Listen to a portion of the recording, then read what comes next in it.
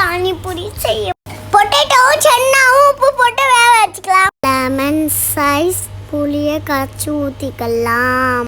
Dates போட்டுக்கலாம். சர்க்கரை 1/4 cup போட்டுக்கலாம். மிளகாத்தூள் போட்டுக்கலாம். 1 ஸ்பூனு உப்பு போட்டுக்கலாம்.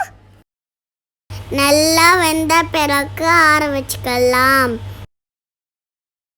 ஆற வச்ச புளி சட்னியை அரைச்சி எடுத்துக்கலாம். அரைச்ச உடனே புளி சட்னி ரெடி. கிரீன் பானி ரெடி பண்ணிக்கலாம். 1 கப்பு புதினா, 1 கப்பு கொத்தமல்லி, பச்சை மிளகா 4, இஞ்சி 1 துண்டு போட்டுக்கலாம். 1 லெமன் புளிஞ்சிக்கலாம்.